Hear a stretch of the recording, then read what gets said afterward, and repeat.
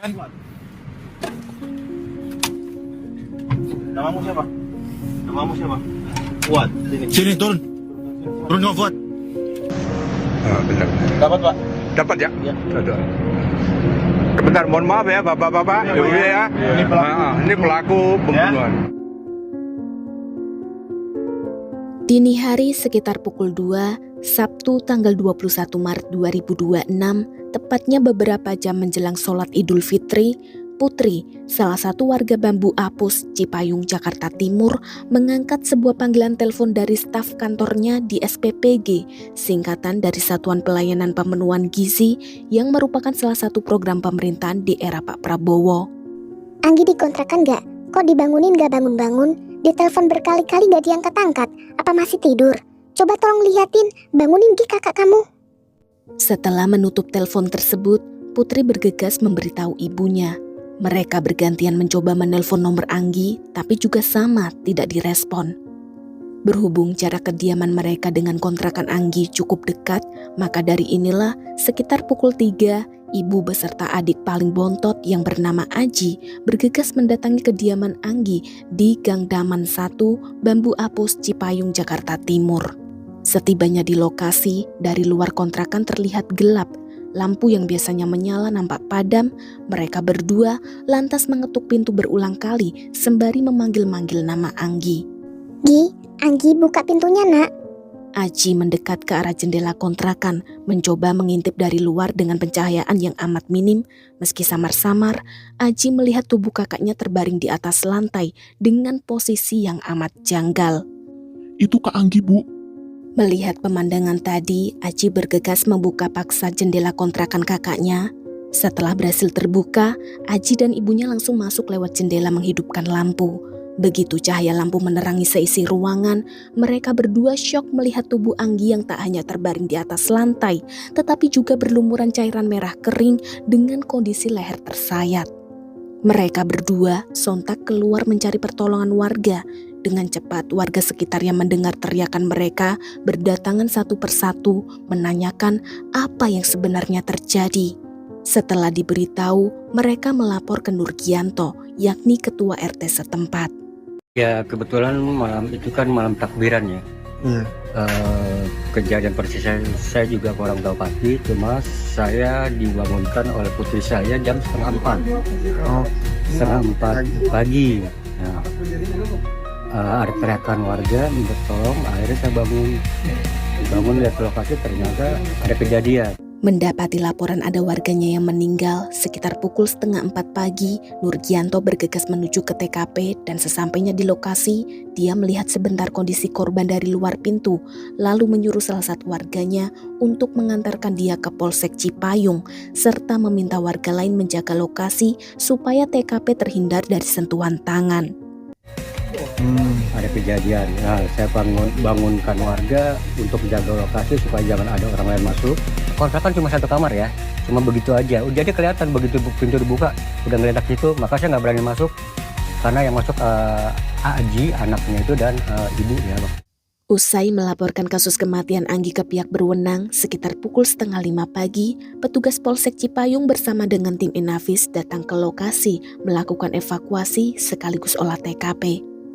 Selesai memeriksa serta mencatat beberapa temuan, tim medis kemudian melarikan jasad korban ke Rumah Sakit Polri Kramat Jati untuk keperluan visum.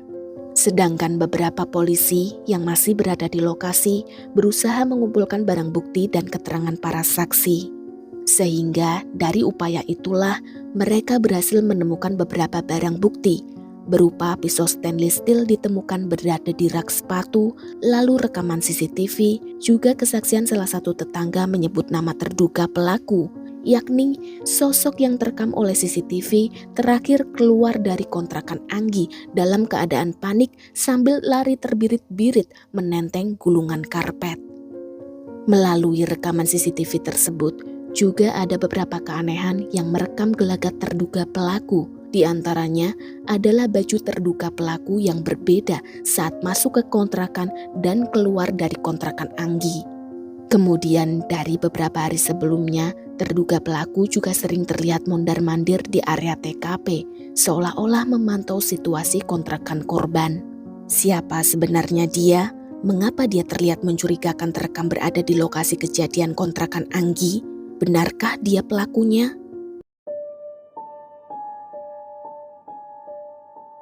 Ternyata, menurut warga sekitar, terduga pelaku yang ada dalam rekaman CCTV tadi adalah mantan suami istri Anggi bernama Fuad, seorang WNA asal Irak yang sudah cukup lama menetap di Indonesia. Kontrakan Fuad bahkan diketahui juga berada tidak jauh dari lokasi TKP, yang mana setelah didatangi kediamannya, Fuad rupanya sudah pergi entah kemana. Kendati demikian, di dalam kontrakan Fuad, polisi justru menemukan bukti yang menguatkan dugaan mereka, yaitu karpet yang ditenteng Fuad keluar dari kontrakan korban, serta satu barang yang terhubung dengan kematian Anggi. Berdasarkan pengumpulan bukti-bukti tersebutlah, polisi bertambah yakin kalau Fuad adalah pelakunya. Sehingga tak butuh waktu lama, kurang dari 24 jam, tepatnya Sabtu siang, polisi akhirnya berhasil melacak keberadaan Fuad yang tengah berada di dalam bus akap NPM V69 tujuan Sumatera. Bus itu diberhentikan paksa oleh kepolisian saat melintasi jalan tol Tangerang Merak KM 68. Namamu siapa? Namamu siapa? Fuad. Sini turun. Turun kamu Fuad. Benar. Dapat Pak? Dapat ya? Ya. Dapat. Sebentar, mohon maaf ya bapak-bapak. Ini pelaku pembunuhan. Di dalam video itu terlihat tidak banyak percakapan. Fuad menurut saat digelandang ke Mapolda Metro Jaya untuk menjalani serangkaian pemeriksaan lebih lanjut. Tanpa berbelit-belit, Fuad juga mengakui bahwa benar dialah pelaku yang telah membuat Anggi bersimbah cairan merah. Sebenarnya, apa yang telah membuat Fuad begitu tega berbuat hal demikian? Begini ceritanya.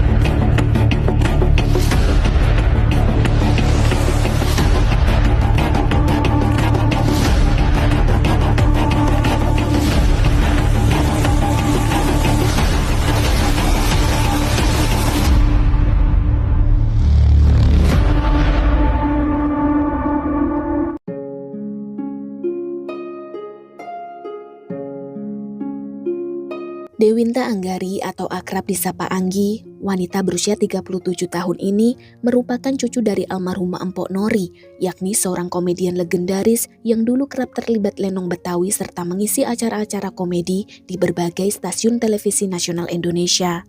Namun masa kejayaan sang nenek tidak sampai pada keturunannya, apalagi sampai ke cucu-cucunya. Terlebih semenjak Empok Nori meninggal dunia di tahun 2015, harta serta warisan sudah habis dibagikan kepada ke-13 anak-anaknya. Kendati demikian, warisan tersebut tidak terlalu mempengaruhi kehidupan Ibu Anggi yang sebagai seorang single mother serta memiliki banyak anak juga. Bahkan semasa Empok Nori masih hidup pun, Anggi tetap harus banting tulang menjadi TKI di Malaysia, mengikuti jejak bibinya demi membantu memperbaiki perekonomian keluarga. Itu tahun 2007 adik saya ke Malaysia. Nah itu jadi TKI di sana. Nah terus dia berkenalan dah sama orang ini. Nah kenalan di sana.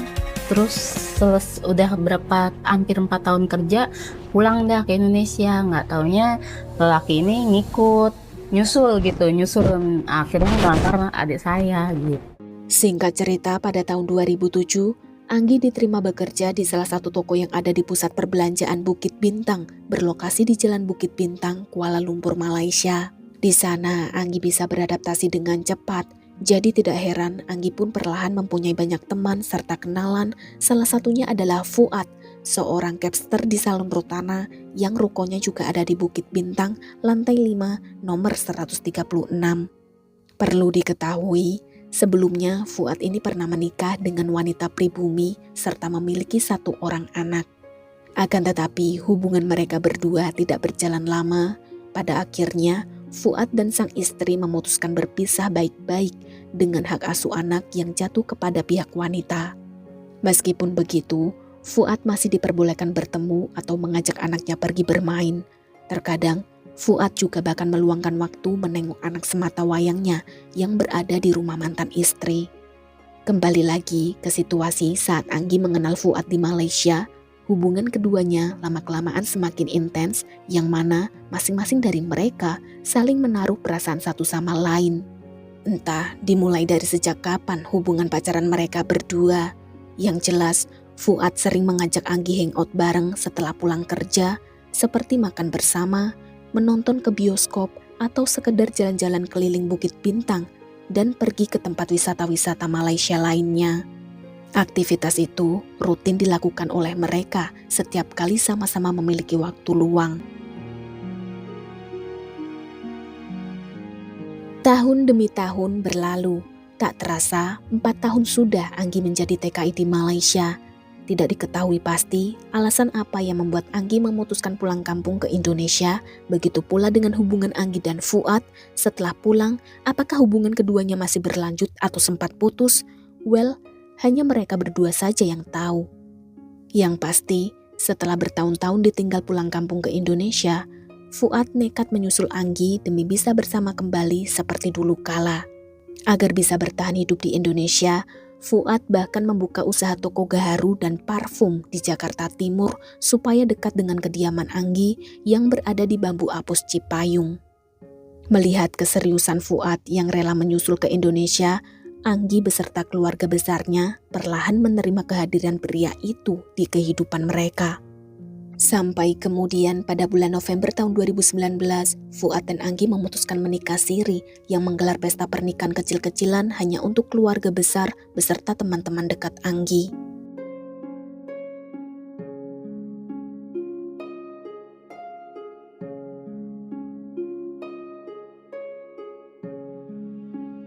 Usai menikah, mereka tinggal bersama menempati sebuah kontrakan di Jalan Gangdaman 1 Bambu Apus Cipayung Jakarta Timur, berlokasi tidak jauh dari kediaman keluarga Anggi. Semula, kehidupan pernikahan mereka berjalan baik-baik saja. Beberapa potret bahkan menggambarkan Fuad mampu beradaptasi cukup baik meski terkendala bahasa saat berkomunikasi dengan keluarga istrinya. Karena keterbatasan dalam berbahasa Indonesia, seringnya malah memakai bahasa Inggris. Jadinya dia jarang ngobrol dengan keluarga besar Anggi. Terlebih, nada bicara Fuad yang kerap meninggi saat berbicara menjadikan pihak keluarga Anggi ogah membuka percakapan terlebih dahulu. Alhasil, sehari-hari Anggilah satu-satunya orang yang sering diajak berkomunikasi, juga sebagai guru bahasa yang mengajarkan bahasa Indonesia kepada Fuad sedikit demi sedikit. Kita jarang komunikasi sama dia karena kan kendala bahasa.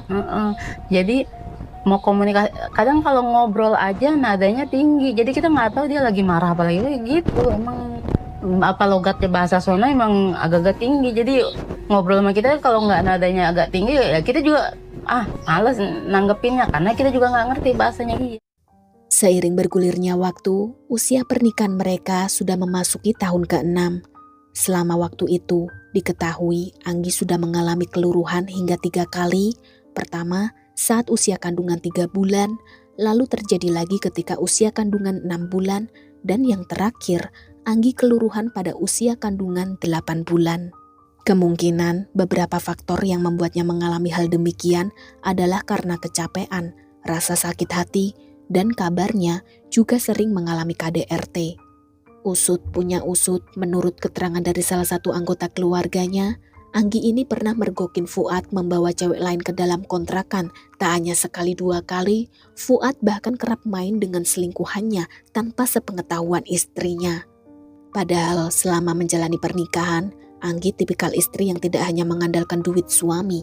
Dia juga turut bekerja guna menambah penghasilan agar bisa memenuhi kebutuhan mereka sehari-hari. Sampailah pada tanggal 25 Oktober tahun 2025, Anggi yang tak tahan dengan kelakuan Fuad, hobinya suka main cewek, akhirnya meminta cerai. Namun Fuad menolak, dia tidak mau mengucapkan kata talak sebagai tanda akhir dari hubungan pernikahan siri mereka. Peristiwa tersebut cukup heboh, sampai-sampai ketua RT setempat turun tangan menengahi permasalahan mereka. Bahkan tak hanya Pak RT, Polisi juga didatangkan ke lokasi karena situasinya tidak lagi kondusif sebab Fuad mengancam mengakhiri hidup sehingga terpaksa melibatkan pihak berwenang. Tapi begitu polisi tiba di lokasi, Fuad justru lari terbirit-birit, kabur meninggalkan kontrakan begitu saja. Nah, sejak saat itulah mereka mulai pisah ranjang. Fuad sudah tidak tinggal satu atap lagi dengan istrinya. But seakan tidak kehabisan akal, Fuad yang tidak mau menceraikan kemudian menyewa hunian dekat kontrakan istrinya seolah-olah sebagai bentuk penolakan terhadap keinginan Anggi yang bersikuku minta pisah dari Fuad.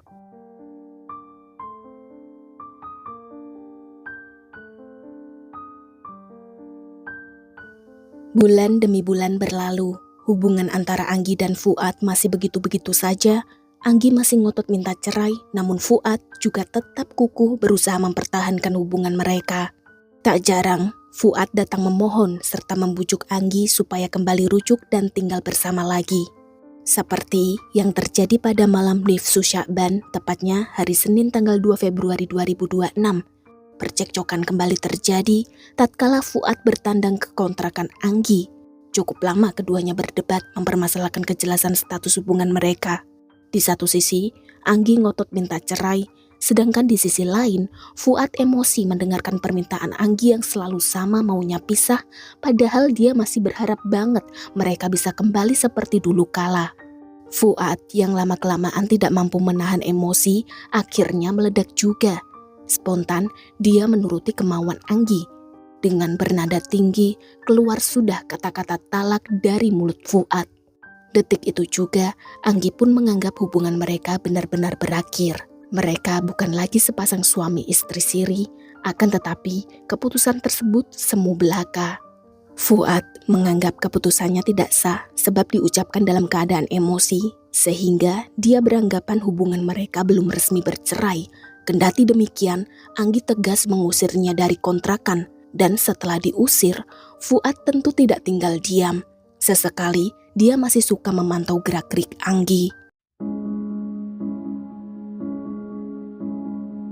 Nah, puncaknya permasalahan terjadi ketika Anggi kerja menjadi chef di SPPG Bambu Apus Cipayung pada bulan Februari tahun 2026. Di tempat kerja, Anggi mulai nyaman dengan lingkungan barunya yang mendapat teman serta kenalan baru. Ternyata, hal itu membuat Fuad cemburu. Dia tidak suka Anggi kini memiliki banyak teman akrab yang tentunya bisa mengancam posisi Fuad kapan saja. Terlebih, teman-teman Anggi di tempat kerja kebanyakan adalah cowok. Bahkan ada salah satu dari mereka yang kelihatan akrab banget dengan Anggi. Fuad sendiri mengaku kerap memergoki mereka jalan bareng, seperti pada hari Jumat tanggal 20 Maret 2026. Waktu itu ada event bazar di daerah Jakarta Timur. Rupanya, Fuad sengaja membututi mereka dari belakang lalu berlagak memergoki Anggi dan teman prianya. Alhasil, mendadak situasi menjadi canggung. Teman pria Anggi langsung pamit melipir meninggalkan mereka berdua yang lagi saling adu argumen. Puas berdebat, Anggi balik kanan pulang ke kontrakan. Tapi tak berapa lama, sekitar pukul 10 malam, ternyata Fuad mendatangi kediaman mantan istrinya. Seakan tahu pria di bazar tadi mampir ke kontrakan Anggi. Lagi-lagi, Fuad memergoki mereka sedang berduaan. Keributan pun kembali terjadi. Anggi yang tidak tahan melihat tingkah laku mantan suaminya menyuruh Fuad pergi dari situ, sembari mengingatkan kalau hubungan mereka sudah berakhir. Karena pertengkaran mereka terdengar cukup kencang, Fuad yang mulai sadar akan kekacauan barusan nampaknya mulai sadar diri menuruti permintaan Anggi. Lalu setibanya di kontrakan dia sendiri, perasaan Fuad masih bergejolak, campur aduk antara kesal, marah, sekaligus emosi yang tadi habis melihat Anggi berduaan dengan lelaki lain. Dia duduk merenung sambil berpikir bagaimana caranya meluapkan semua amarah yang dia rasakan saat itu. Usai 1,5 jam merenung, Fuad pergi ke dapur mengambil pisau stainless steel, kemudian berjalan kaki menuju ke kontrakan Anggi lagi. Dan berhubung Anggi belum mengganti kunci kontrakan, Fuad jadi bisa leluasa membuka pintu dengan kunci cadangan yang sudah lama dia pegang.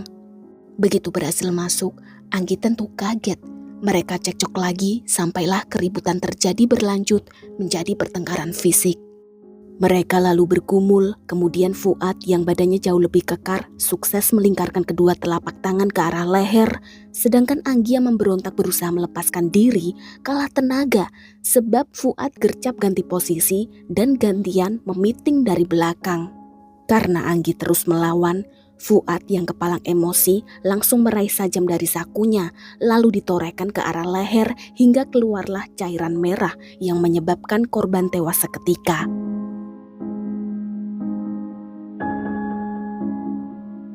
Setelah memastikan Anggi meninggal dunia, Fuad meletakkan pisau tadi di atas tumpukan sepatu, kemudian bergegas ganti baju dengan sisa pakaian dia yang masih tersimpan di lemari, terus lanjut mengambil barang-barang penting seperti paspor dan handphone milik Anggi.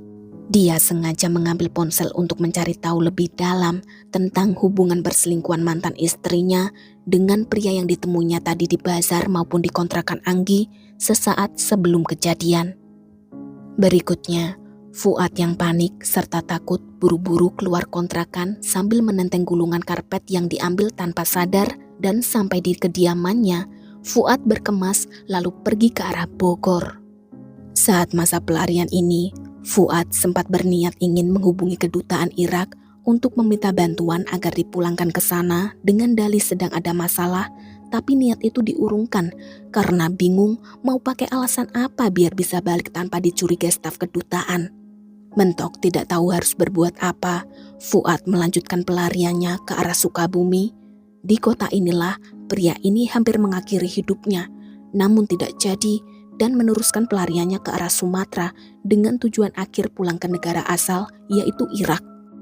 Beruntungnya saat berada dalam perjalanan menuju ke Pelabuhan Merak, bus NPM V69 yang ditumpangi Fuad diberhentikan paksa oleh Subditreskrim Polda Metro Jaya ketika melintasi jalan tol Tangerang Merak KM 68. Dari hasil pemeriksaan, motif dibalik pembunuhan karena tersangka cemburu dengan korban.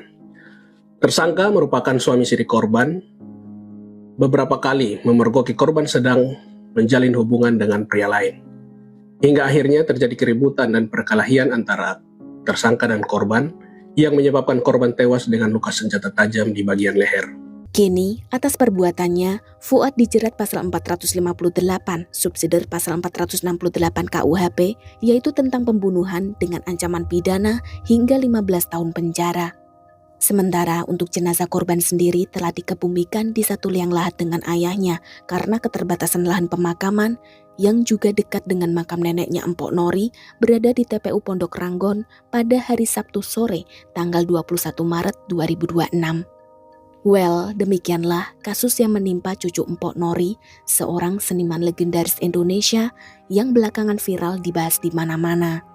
Jika dari kalian ada yang berkenan mau menambahkan terkait fakta-fakta mengenai kasus ini, boleh tambahkan saja di kolom komentar ya. Kalau begitu, sekian dulu ceritanya. Sampai jumpa lagi di video yang akan datang. Stay healthy and bye guys.